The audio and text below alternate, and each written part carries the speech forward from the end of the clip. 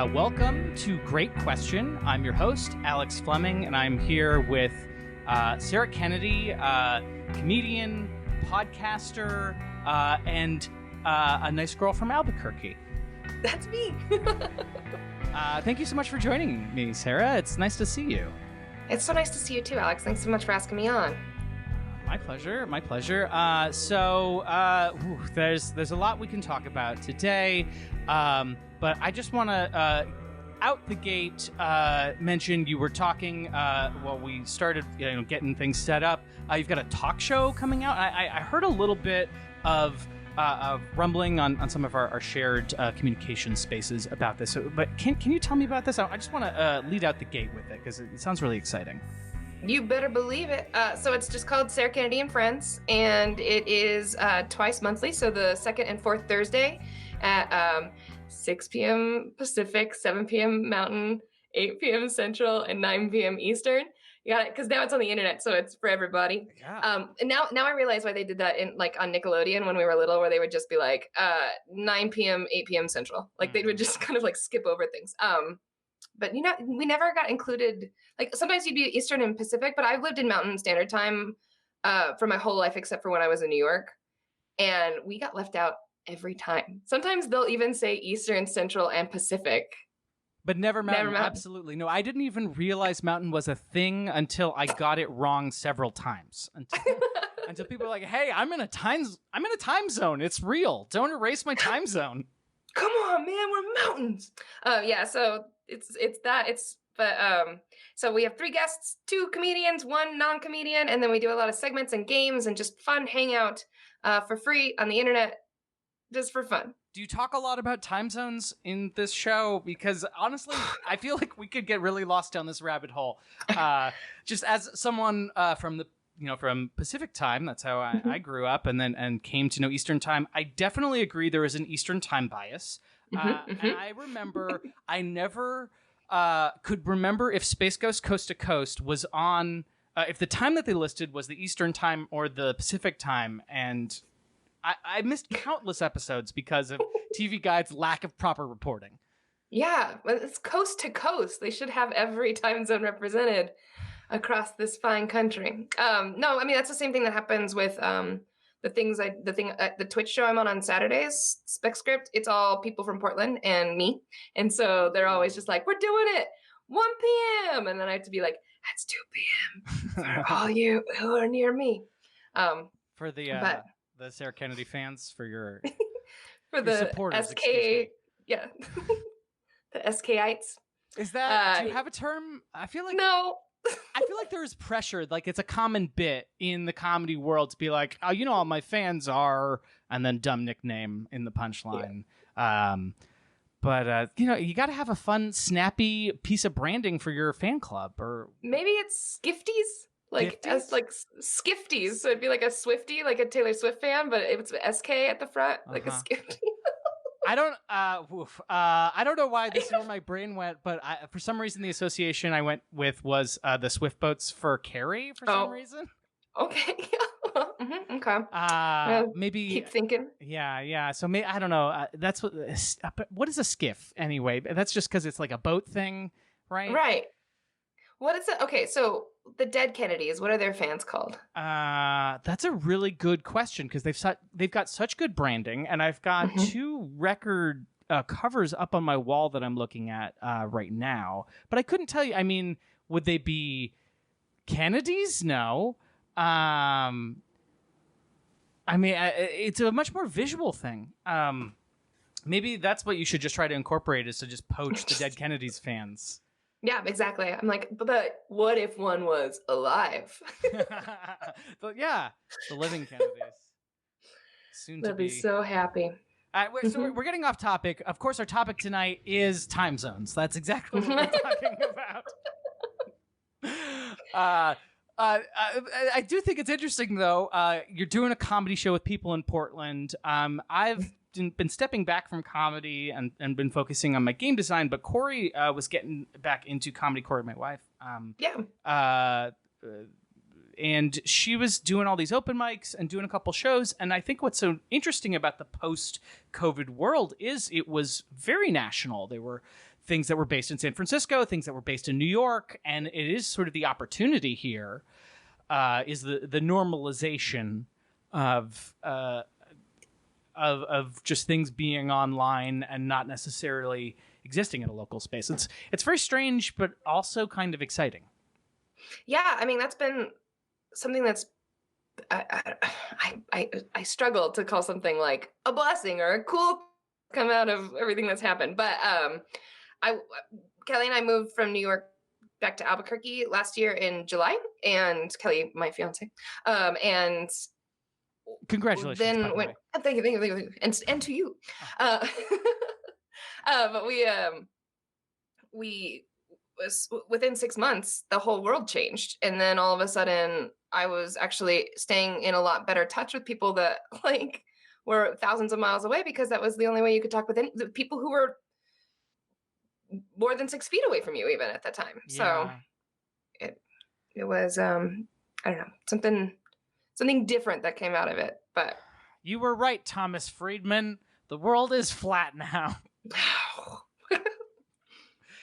Yeah, it's interesting. I think one of the things that I think about the most with this are just sort of the what's the word? Inertia? Is that the Newtonian thing of the inertia of social networks of like, you know, I've been in Los Angeles or like county for a year now, and there are people that I was just starting to like reconnect with. But absolutely, the people that I've stayed most connected with are just the ones who I was in the same GChat thread with, or we were in the same Slack group, or I mean, it's very much a persistence of things as opposed to, I mean, I've made efforts to go out and meet new friends. And then there's this weird modern phenomena where like going into new spaces also means new digital spaces where it's like, oh, I'm on Discord now because I'm trying to talk to game developers, and like there's new rules. It's a very strange thing. I don't know. Here, let's talk about this. What's your favorite part about the internet, Sarah? My favorite thing about the internet is that I can do wonderful, amazing things without actually having to know code or how my computer is making those things come to me. There are tools on the internet that I can use to create with that I didn't have to build myself. So that's it. Yeah, no, that's it's a very good thing. I think about, I mean, I use middleware in my personal project as a Unity developer now. God, I feel like not doing stand-up makes you boring, unfortunately. I think you're very cool. You're doing really cool things. So much jargon. It's all, it's incomprehensible. I just feel alienated from people in a way. It's very comedy is too.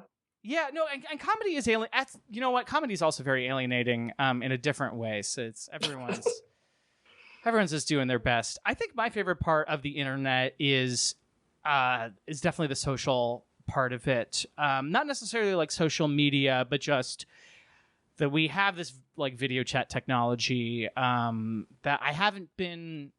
I've felt alone and I felt cooped up, but I haven't felt lonely in this quarantine. And maybe that's just because I tend to have a lot of social anxiety in person, and in some ways find navigating digital spaces to be a little bit easier at times. But it's an interesting thing.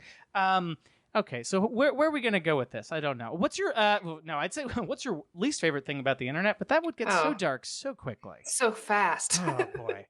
Yeah. Well, and that's why we use this technology then to focus on the positive, to bring people together. And one of the things that I was proudest of in an office setting was like, it's very stupid, but like right after the 2016 election, I did a thing that I've seen in several of our shared spaces, where just made like a Slack channel on our organization-wide Slack that was for animal pictures. Yeah. But this like okay, and this is I want to go into an animal space for a second, just because I feel like bringing up the internet is my fault, and this and just we could use a little relief. But so so we were just posting pictures of puppies and cats and what you do, and there's an aggregate feature of the internet, right? It takes takes things and groups them by types, and there's two sides to that. And the other side is I had an experience IRL, and I was like, oh man, this would have been so great for the internet. I wish I could share it, and I didn't. It's like, what am I going to tweet? That I saw a squirrel that was very hot, and so it got flat on the sidewalk in the shade, like my cat.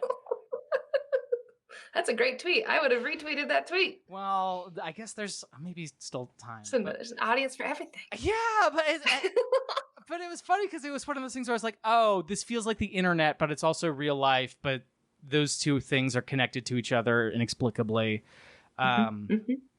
Here and just while I'm rambling, one other thing that I definitely want to talk about in the context of my podcast, which I can't remember if you were on. I gotta say that I would be so remiss if I hadn't had you on in the previous version, but I can't remember. It's been a couple years. I think so. I remember. Well, I mean, I went over to y'all's house for all kinds of different projects, but I remember one in particular. So okay, yes, okay, yeah. And someone put this all on the Internet Archive. It's there if someone does the digging. But where was this going? Oh, so I was listening to a podcast and someone was describing sort of the modern curse as being what was once known as magic throughout all of human history, right? Like, storytelling and being able to take your intention and ideas and communicate them through some channel into the world, whether it's in an individual, through something for yourself, or for your group, or whatever, and that this is not dead, but in fact gave birth to two children, which is art and media. And I found this to be very chilling. I really like this assessment of them being. I think art is the sort of the spiritual successor of magic, in that it brings meaning to our lives. It makes life worth living. It is a source of joy. It communicates ideas, all these things that magic did, or still does. It can make you feel better when you're feeling down. It can give you something to fight for. You can rally a group of people. All these things magic does. But then, of course, media is the wicked child that has all of the power, all of the teeth of magic, but has none of the what's the right word? Is just a tool that can be used by anyone willing to pick it up.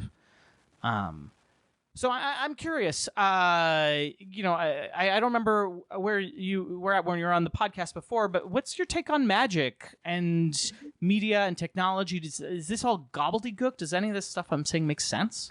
I think it all makes sense. Actually, it reminds me a lot of an article I read in college about the difference between the erotic and the pornographic. And like the idea is that porn is devoid of artistic merit. So erotica has artistic merit. That's where you have Dita Von Teese doing really pretty burlesque stuff. That's the erotic, and not pornography, which would be other sort of displays. We know it when we see it, as is right. Famously That's describes. exactly right. Yeah. Oh, sorry, I just hit my microphone. But that's kind of the same thing with media and art too. It's like it's lacking in merit, so it becomes media.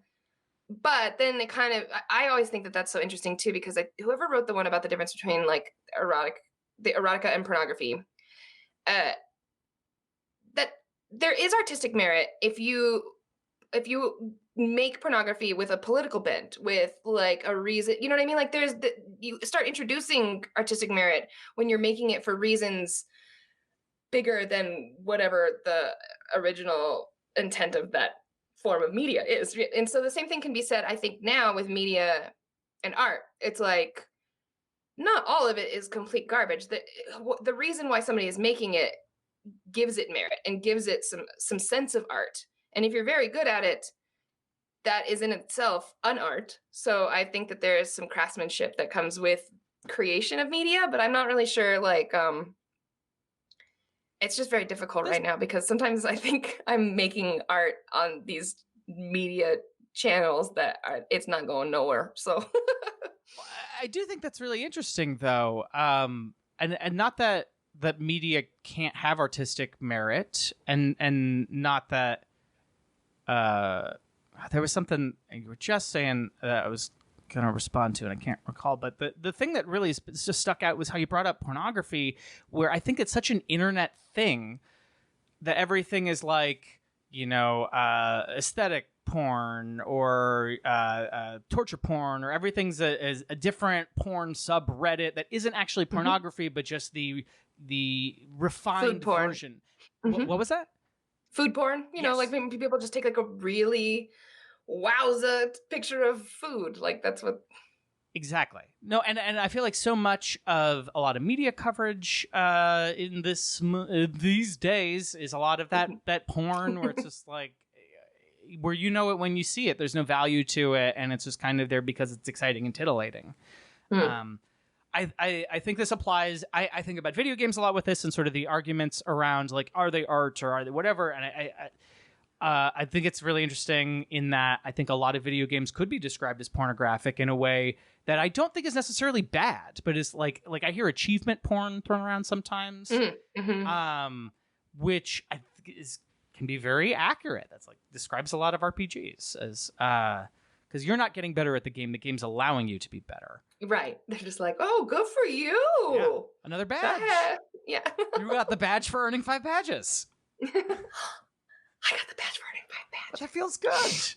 It does. I know, it's very interesting. So it just, and I feel like all of these, however you're taking your intent and distilling it into some form through ritual and thus performing magic, it's always stronger when you have more people involved, when you can draw upon their energies.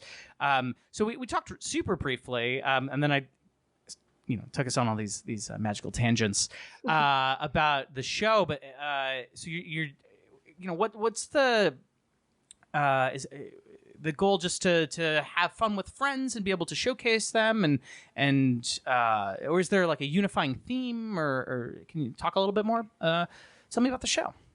Yeah. So, I mean, ultimately, when I started ideating what I wanted the show to be like, I just wanted to show people like surviving and thriving. That's the main thing. And so it's like, I know people who can definitely tell jokes, and I want them to be able to have opportunities to perform. And I know like drag performers who could use like some digital space to do some of their performance. And I know wrestlers and magicians and musicians and politicians and like, oh, now I'm rapping. But like, I know like so many people who own businesses or whatever that are just like some of the coolest people across this country and in other countries. I know, like, you know what I mean? And I want to have like a space for us to like come together and just be joyful for 45 minutes. And then you could go back to doom scrolling. That's important. I appreciate that you obviously care enough about this project to spontaneously burst into bars. It just shows that it's coming from a genuine place of love, and I think that's great. I feel like we're so starved for both authenticity, so much organic content everywhere. Everyone's trying to appear authentic, and then for stuff that isn't bad. Yeah.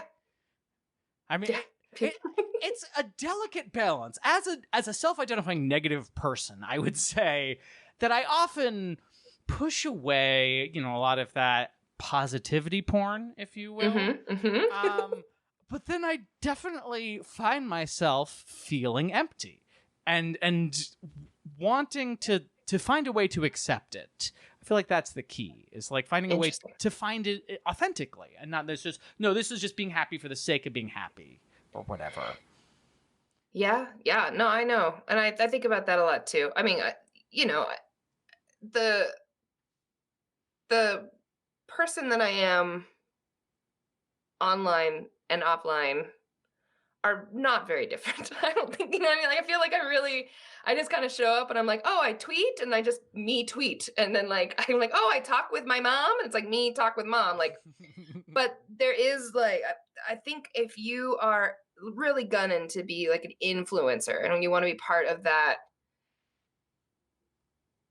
you're gonna be an influencer or whatever, then you've got to craft a persona, and you've got to like figure out a way to make all of your output match some sort of cookie cutter thing that because people need to be able to look at it and immediately get what you're doing like right away. Otherwise you're gonna miss out on like swaths of people that could then help elevate you to that influencer level or whatever. Yeah, I mean, so that's definitely the prime strategy.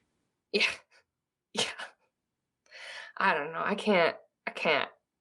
It's very hard. It's it is difficult. No, and there's this whole thing about being yourself online or having, I don't know. Here, let me ask you a question in a slightly different direction. Do you feel like in the post-COVID world where people are ostensibly more online than they are in person, how do you feel like that affects that? Do you feel like people are more themselves online, or is this then an even greater divide of I'm living in a fake space where I'm an inauthentic person more of the time? That's a great question, Alex Fleming. I think I could see an argument for either or. I could see that people not having to be out in the world could then create a more authentic reality for themselves in their own home. And then because of that, maybe express themselves more authentically online.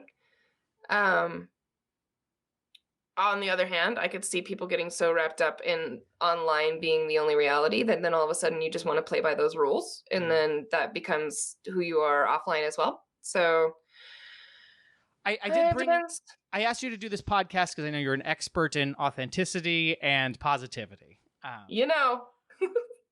mean, honestly, actually, that should have been your introduction. I should have said, this is Sarah Kennedy. She's not an expert in authenticity and positivity. Because that is... I'm a nice girl from Albuquerque, New Mexico. That's exactly... Well, in other words, but that was a phrase that, taken with at a glance, told you everything you needed to know. And I feel like that is such powerful magic right now, is the identifiable thing.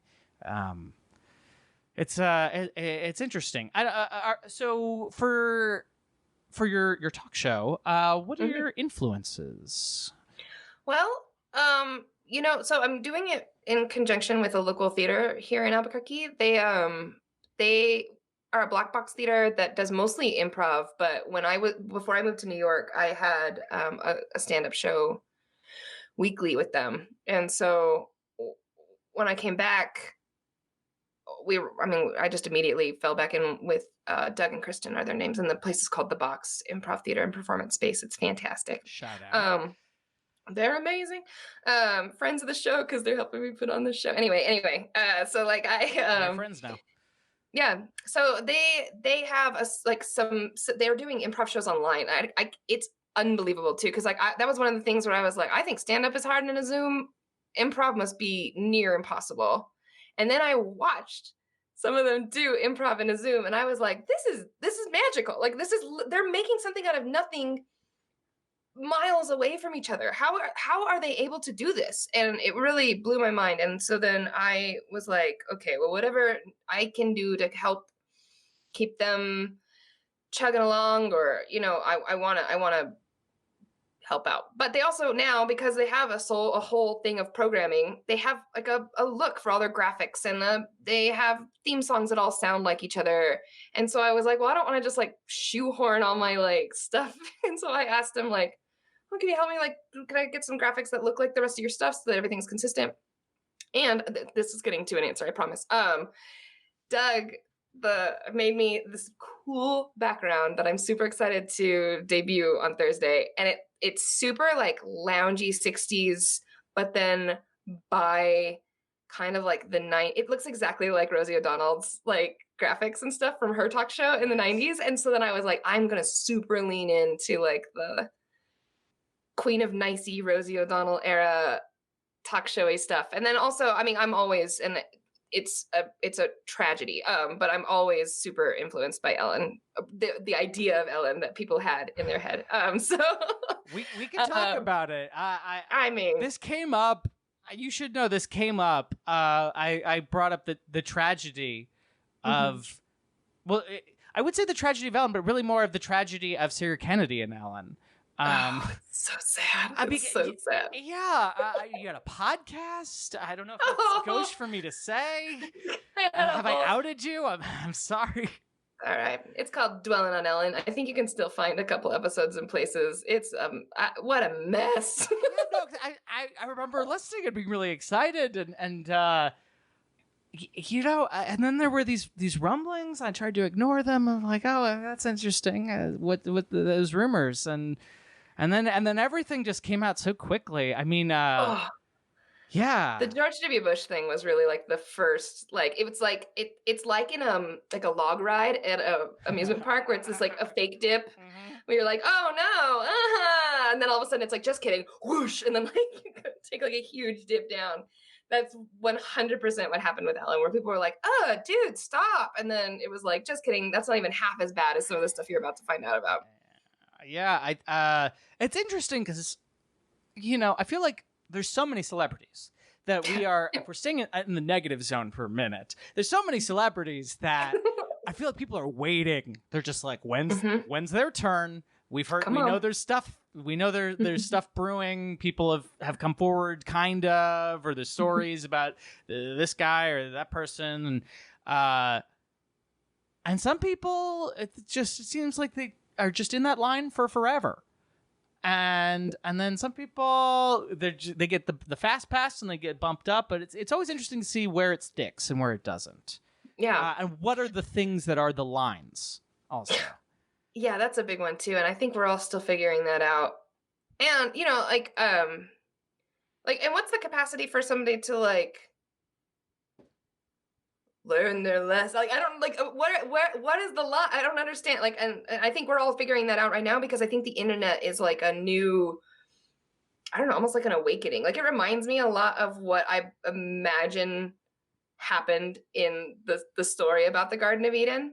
Where it's just kind of like, oh, knowledge, cool. We got access to all this stuff and we know all this stuff now. And then all of a sudden it was like, and then yep. Get out. I thought you were going to see the printing press, but I feel like it's the same story. Or VCR or like, just go back and then forward. It's the, Lovecraft countries on TV. That's the sort of classic Lovecraftian trope that knowledge leads to madness. Yeah. I'm glad that we can talk about him, even though he's so problematic. It's interesting to see also that but there's a way to also take something that is rooted in a problematic structure, and sometimes it can be reborn. Or by acknowledging, I also hear a lot of stuff about critiques of cancel culture, and there's the speed at which it happens, the lack of any real justice, but then there's also this whole thing where there's all these. Take comedy for example. There's no HR department, and these sort of collective acts of shunning and shame are the only ways to keep predators out of places at times. It's very difficult. I don't know how to answer these questions. I thought it was really interesting though when you were bringing up improv as a form of magic. I mean, these are all sorts of magic. I feel like all these things that we're talking about are so much responses to trauma, or the internet is it's difficult, when trauma happens and it tends to want to pay itself forward to I was traumatized, so I'm going to traumatize someone else. And the internet is just this wonderful vehicle for that. But then on the other side of that, also this great healing place where I found a lot of very healing communities that have helped me through a lot of personal trauma in my life. So it is just so hard to say. It's the full Pandora's box, It is. Yeah, it is. But it's also interesting too, because it's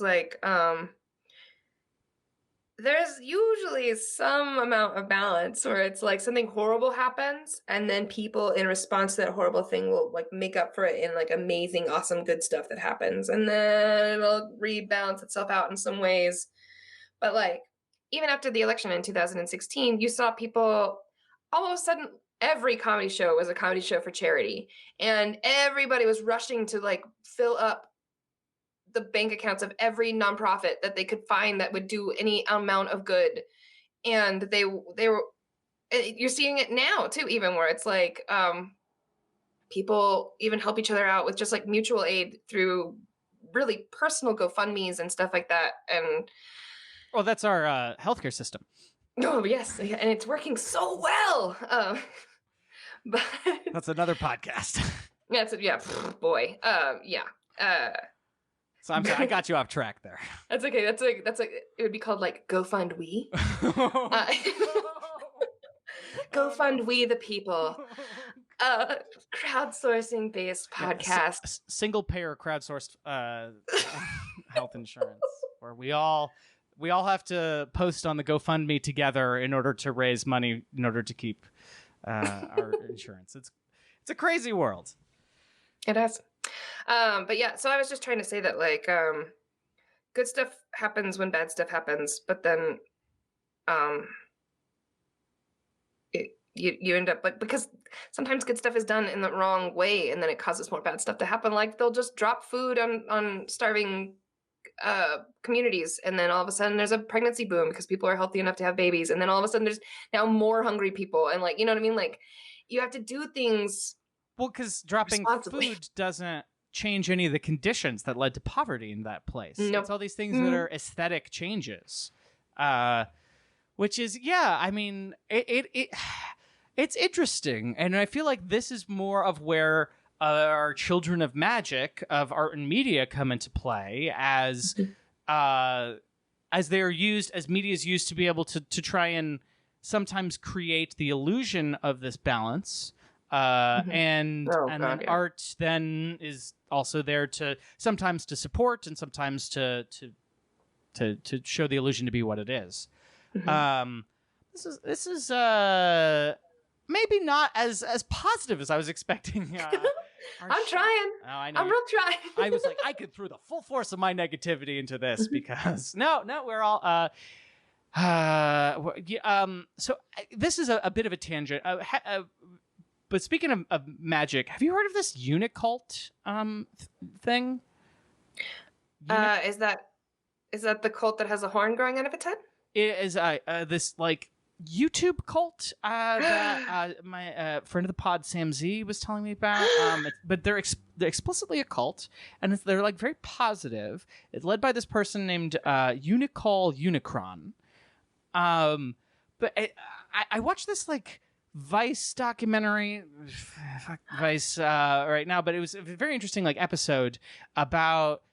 It's all about like expanding your imagination and like these sort of basic tenets of magic with a CK and chaos magic of like perception affecting reality and like you're imagining expanding the bounds of reality in that way, and like radical self-love, and they have like a thing called Cam Church. It was very interesting, but I feel like that is, I mean, it's not necessarily well known, but I think it's one of the good examples of the sorts of positive things that can bubble up out of this. And you know, we don't have a holistic view of the internet. It's hard to say.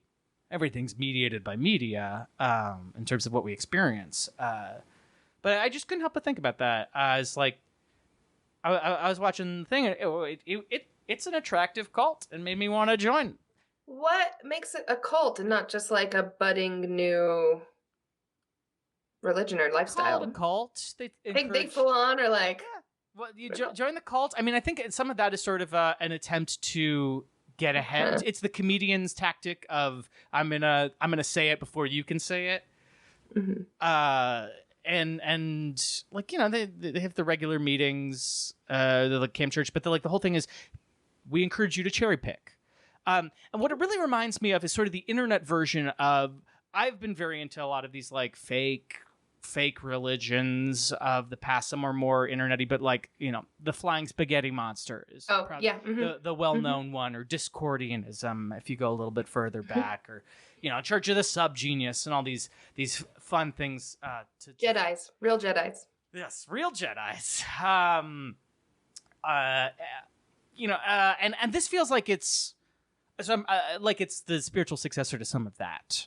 of that. Just like, no, we need belief to fill the gaping hole in our lives that modern society provides. We need to put meaning in our lives somehow, and so let's have a softer, a more exciting, more colorful imagination for that. So that being said, that I'd like to transition into a little bit of the magic portion of the show. So Sarah, before I ask what your question for the day is going to be, I would like to ask, what deck of cards would you like to use? Just to recap, we've got a classic Rider-Waite set. We've got the Mythic Tarot, which is Greek mythology themed. There's a dog tarot deck that's got all the classic imagery of the tarot, but with fun dogs to make it a little bit more pleasing. And there's a goddess guidance deck that's a little bit less traditional, but more sort of advice giving. Yeah. Well, now I am remembering that I have been on this show before because last time I definitely picked the classic deck. But this time I was going to mix it up a little bit. I'm still feeling pulled to the classic Rider-Waite deck. But yeah, let's do that. Let's go. Let's keep it consistent. Follow your heart. You just show up and you're Sarah, right? That's Yeah. How do you get such an easy brand? Be yourself. Ugh. Very stubborn. Yeah, I guess you probably have to have pretty good boundaries to do that.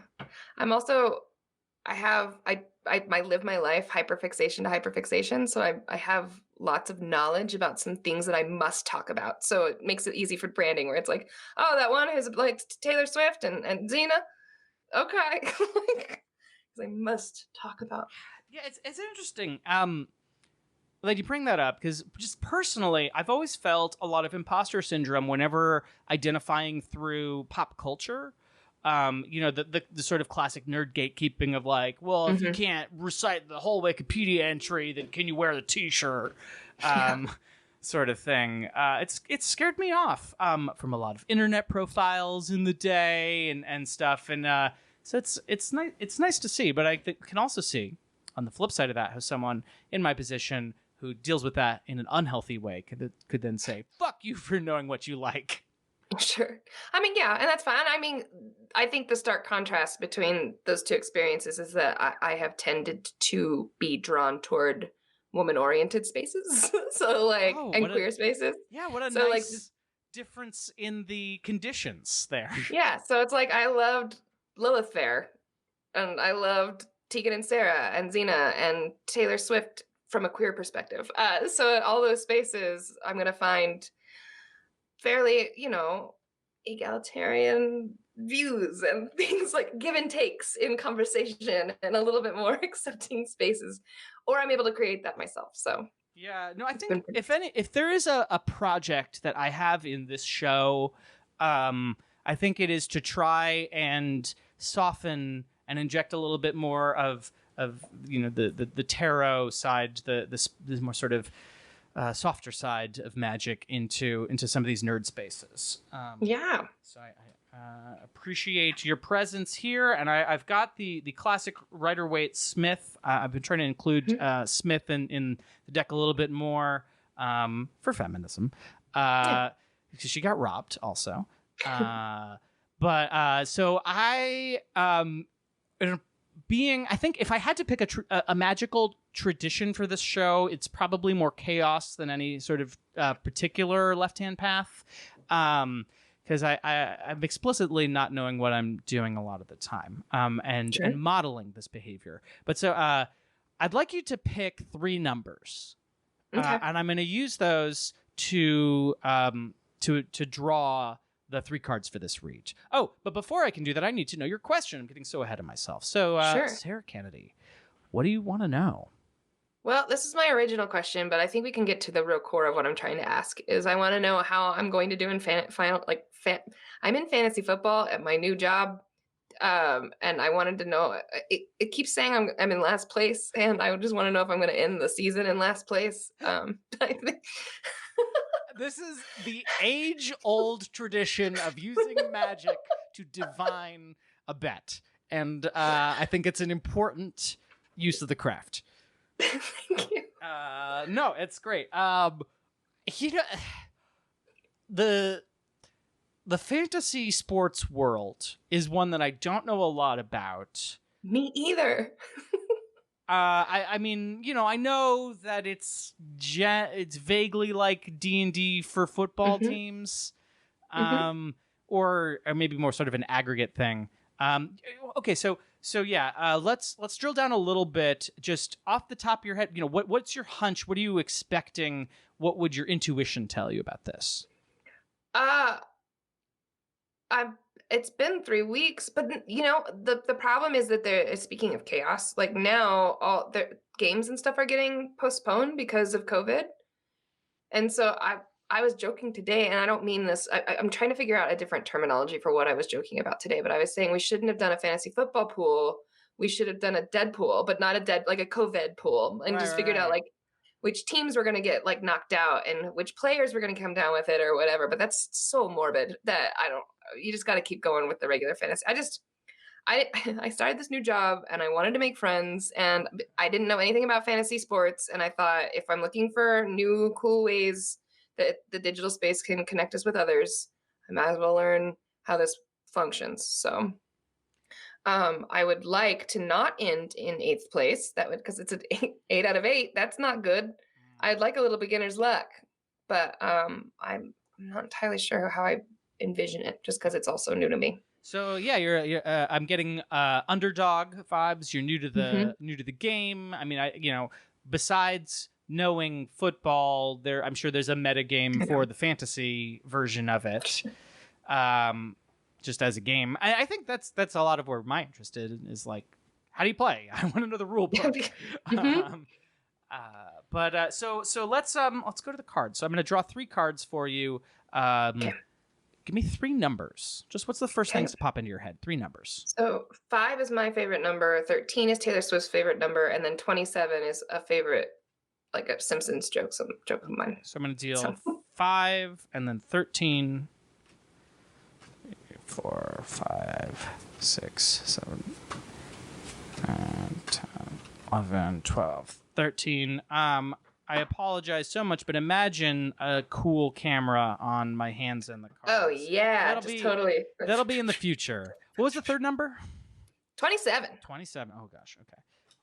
2, 3, 4, 6, 7, 8, 9, 10, 11, 12. I should put some music in here. Oh, it's okay. Like, I tell you a bit that we're going to do in the talk show next week. I'm super excited about. So we're having Veronica Garza on the show, and she was on MTV's Decoded. She's an incredible performer that I used to run shows with in New York. Please say hi. And Veronica's great. Veronica's awesome. And I gave her a stipend that she was allowed to go on cameo.com and spend on getting a message from a celebrity. And I also had an amount of money that I was able to go in and buy just a cam. And you could have them say whatever you wanted to. You could tell them that this is for a show, or you could say, like, it's for my dog who's sick. Or you could do whatever you wanted to. You just had to find the funniest celebrity and make the funniest cameo. And we're going to go head to head on who has the funnier cameo. Nice. On Thursday. I'm very excited. I can't. There's surprises. So you have to tune into the show to listen to it, but or to watch it. But can you tease anything about this cameo? Well, yeah. It's when is this coming out? Because this is a week in the future from today. Okay. Well, that's exactly right. So it's now. Nice. It's on right now. Turn off the podcast. It's Thursdays. Yeah, don't do that. Well, you can come back to a podcast. That's okay. You can. Mine's live. You have to. Yeah, mine's live, and then it's gone. This is pre-recorded. I want to be transparent about that. Yeah. So it's Thursdays 7. So this will be slightly in the past. This will be like later in the evening that night. Ooh. Yeah. Okay, time zones. That's what today is all about. I've got 3 piles of cards here ready to reveal. So a little psychic drum roll. The first card in the past position, I'm drawing the Knight of Wands. Oh. Okay. What? Do you have an initial reaction just on seeing the card? I just heard some kind of recognition in your voice. Well, I have a deck that's like holographic and cool. And I was using it at my old job to kind of get me through the day, just to kind of draw cards for friends or whatever. And then I'd look it up in the book. And it seems like most of the night cards are fairly positive. And then especially the swords ones all have like something that you're working toward or whatever. Yeah, well, wands, I've definitely always read as like creative energy and like activity. It's like the fire burning, usually the fire element. I want to say that knights are like moods. I always confuse them with pages. Night moods. They're all making night moods. That is what a knight is. And why is it so impossible to just find a page and talk at the same time? It's such a simple task. We talk about multitasking. It's not real. It's not real. It's not real. It's terrible. So the Knight of Wands. Terrible. Thank you. I need to punch up all of the puns on this show. So I'm looking at Tarot for Everyone, a great book that was, I guess it's Corey's, but I don't know if I was going to call it a gift, but we share it. It's everyone's. Yes, it is tarot for everyone. And it says under the Knight of Wands, impatience as sort of the key word. Okay. Let's see. In general, knights represent an atmosphere, a certain climate. The Knight of Wands stands for a hot-tempered, heated atmosphere, a mood in which one wants everything and one wants it now. Interesting. His attitude is full of excitement, crackling expectation, also hectic and dangerous, impatience that might thwart a good result through premature action. I mean, you want to. There's a lot of action I hear in this story. You want to make friends. You want to make connections with people. You're trying a new thing, and you're nervous about how it's going to go. That makes sense. I'm flipping over the present position card, and I've got the Ace of Cups. Ooh. And I feel this. I mean, even without the book, cups are feelings. You know, it's not right now in the present. We're talking about the fantasy football game, but we're not necessarily talking about the picks that you're making, the moves you're making. We're talking about, the question isn't, did I make the right moves? It's am I going to feel like a loser at the end of this? Yeah. Which no one wants to feel like a loser. That's terrible. And so right off the bat, I want to be generous and I want to reframe this question a little bit and understand that there's a lot of movement. You're in a place that isn't necessarily your comfort zone. And you're obviously very invested in the outcome of this, which, if anything, I think speaks well to the magical nature of the fantasy football, of using it as a tool for friendship, if it's a friendship spell, so to speak. Let's see the final card. Oh wait, no, you know what? I'll read the Ace of Cups first. I'll give it a proper read. The Ace of Cups. Ace of Cups. It never has the same ring. Why is swords? Okay, no, and then I tried to talk. I'll just give you space for a second. Oh boy, Page, Pentacles, Cups. So I know Cups, element of water, emotions. Ace of Cups, fulfillment. Yes, is what we get from the book. Here's the general meaning of the card. Every ace indicates a good opportunity that ought to be seized upon and actualized because it really offers good prospects and concrete possibilities. The Ace of Cups is one of the minor arcana's most important lucky cards. It points to a possibility within reach of finding great joy, deep fulfillment, natural harmony, love, and peace. I'm going to make friends. The Final Fantasy is going to be the friends I make along the way. Those are the winners of the fantasy draft, are they not? Yes. Let's see what this final card is. Drum roll, please. Oh my God. It's a major arcana. It's taking a step up in importance. It is Judgment. I am going to stand here and unequivocally say that you're going to win this season. Woo! Okay, that's good. I mean, this isn't just any Judgment card. I mean, and it's also... Oh, man. Wait, this is... Yeah, this is 20. All the different decks, they move the order around sometimes, so it's hard to know the significance of that stuff. Do you have a reaction to Judgment? Yeah, absolutely. I mean, I think that that's very good. If you say I'm going to win, that's nice. Judgment, as a Taurus, I can skew a little bit in that direction sometimes, and I try to fight against it. So I hope it doesn't mean that I'm judgy, but I'm excited to see what the book says. Yeah, I'll tell you, specifically in the Rider-Waite-Smith context, the judgment here is the judgment of the Messiah, like coming and bringing the dead to life, as we can see in the illustration. That's, I always forget which angel. Is it Gabriel or Peter? Who blows the horn? Gabriel's the messenger, and Peter's like a clerk. Then it's probably Gabriel, and saying, "Hey, the Mashiach is here. Let's party." Judgment stands for redemption and liberation, or for other miraculous transformations. Even if the name seems to point in a different direction, the Last Judgment preceding resurrection, which is the motif of this card. Accordingly, this card suggests that something you thought was lost will reappear, that a treasure is raised from the depths, or it announces feelings of great relief because a difficult period comes to an end.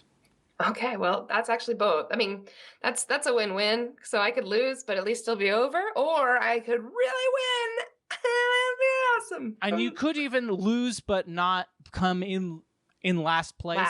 Yeah, in a place that's secure enough for you to feel cool about it. Yeah, to feel cool about it, to not lose status, to feel confident. But regardless, I feel like the message of the cards is.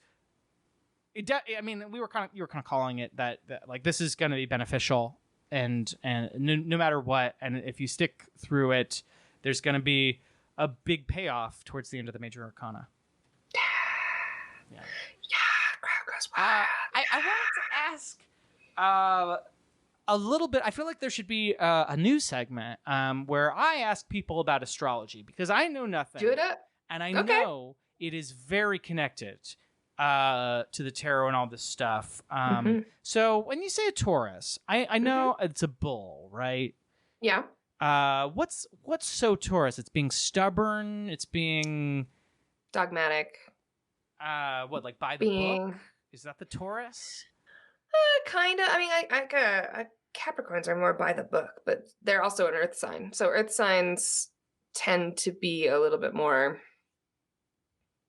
down to earth, or just like a little bit more about things, because they're rocks and trees and stuff. And then I can go deeper into it a little bit, and then I start getting off track about like what I actually know and what it is I've just made up for myself. But that's kind of what this all is. So it's intuitive, and it's based on a lot of stuff. The elemental thing is really interesting, because I feel like I have a good grasp of that with the cards, and it's interesting that no earth appeared in the spread. You've got fire in wands, you've got water in cups, and you got a major arcana. Which shows I bring the earth. Yeah, no, it again shows that you're in new territory. You're in a place you're a fish out of water here, or a worm out of earth. That doesn't sound empowering. I am a worm out of earth. That's exactly right. I'm Earthworm Jim out of earth. Yeah, so there's that. I was going to ask you, do you ever do pendulum work? What's that? Like get a pendulum and use it as a tool for divination? Yeah. So tell me about this, and I think that'll be all the time that we have for today. Sure, totally. So my client is you guys didn't hear this in the pre-show. I work with a client who is a shaman and an intuitive counselor. And so our podcast, the Snow Wellness Podcast, which you can catch on every platform, including Spotify. We've been doing each chakra all the way through, and we're almost to the last episode of it. But in his approach to work, he uses tarot and oracle cards. He does a lot of crystals and oils and stuff too. But then his main tool that he uses for almost everything, and like checking in with source and other people who are trying to like communicate with him is by using a pendulum. And so like he'll even have two choices and he'll like hold it still and wait for it to help him make a choice, or like he'll put out cards that he'll just like he'll pull cards and then he'll use the pendulum to help kind of guide even the order in which they should be read instead of going past, present, future. And then so there's just like a lot of use that he's found out of it. And it's, I mean, that's why I was just so interested to see if like you've also found that, because I have not, but I can't help but think about the Jeff Goldblum in Jurassic Park with a drop of water on his hand moment there. It feels like Pendulum Work in some ways. I like that as a randomizer. It's really interesting. I'm so excited to check this out. Can I listen to the podcast now? Because I need to learn more about my chakras. Yeah, absolutely. So we've been doing the chakra exploration series for the past 7 weeks, and you can listen to that whenever you want to on Spotify. But we did have an entire episode, I think, where one of our listener questions was asking specifically about pendulum work. So if you'd like and then there's also, I think, a blog on his website, which is snowwellness.com, about using a pendulum as a tool and how he uses it in his approach to work. Well, thank you for this practical advice. We'll see. I'm snowballing. This is chaos. We'll see. The pendulum may bring me to pendulums. It may swing the other way. But that is all the time that we have. So I want to say thank you, Sarah, for being here. I really appreciate it. Check out, tell me, where can we find you and your stuff? Yeah, well, first off, thank you, Alex. I really appreciated this time we got to spend together. So nice. Thank you. Number 2, I am Sarah K, Sarahk, Omedy, Omedy on Twitter. I've got to get a better Twitter name. Although I'm pretty sure if you listen to our past episode, my old Twitter name was even worse. So we're progressing. And but yeah, Sarah Omedy. God. And then check out Sarah Kennedy and Friends every second and fourth Thursday at 6 p.m. Pacific time, 7 p.m. Mountain Standard Time, 8 p.m. Central Time, and 9 p.m. Eastern on Twitch and Facebook and YouTube and all over the place. And you can find out more information of that by following me on my socials. So. We'll definitely thank you for putting in, for including all of the time zones, Sarah. That is the fight that's the hill I'm dying on. I've got underscores in my Twitter handle. It's Alex H. Fleming with underscores in it. So, I feel a certain amount of solidarity there. Thanks again for being here, and see you next time. Bye.